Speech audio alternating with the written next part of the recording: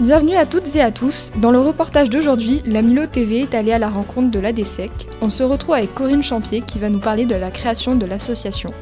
Il y a un groupe de professeurs du collège, dont Antoine Dominique Monti, qui était professeur de mathématiques au collège de Cerviogne, qui a voulu créer cette association.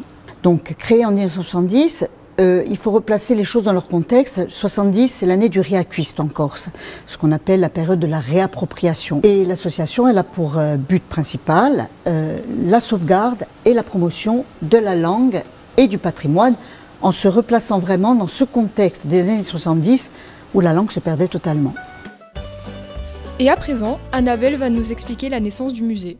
Le musée Antoine Domenico Monti, donc de l'ADSEC, c'est son nom, a été créé dans les années 70. Alors pourquoi ethnographique? Parce que l'intérêt c'était de transmettre la façon de vivre des Corses, même en 1900, même début du XXe siècle. Toutes les personnes qui ont créé cette association ont donné leurs objets, ont donné, ont prêté, et ça a été un petit peu ce mode de fonctionnement qui a créé ce musée, avec tout d'abord une salle, avec les peu d'objets qu'on avait au départ, 2 salles, puisque les gens ont participé à cette aventure, ont voulu prendre part à cette transmission culturelle et patrimoniale.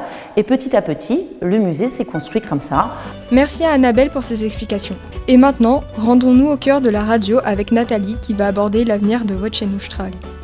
L'avenir de la radio, elle a 40 ans au mois de décembre. Alors le fait de passer à Bastia, pour nous c'est un grand pas. La langue corse y est pour quelque chose aussi, les chansons corses, parce que les gens sont en demande.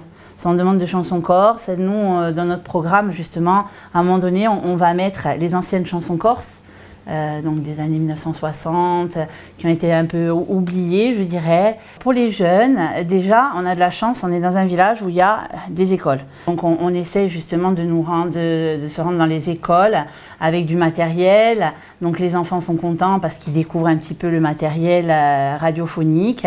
Et puis finalement, il y en a qui sortent de là et qui sont très heureux et qui se disent pourquoi pas faire de la radio plus tard. Nous, on est totalement ouverts. Donc justement, on est un petit peu en manque de bénévoles et pour ça, on est complètement ouvert. Si des gens viennent, justement, les jeunes veulent essayer la radio, pour nous, c'est avec plaisir.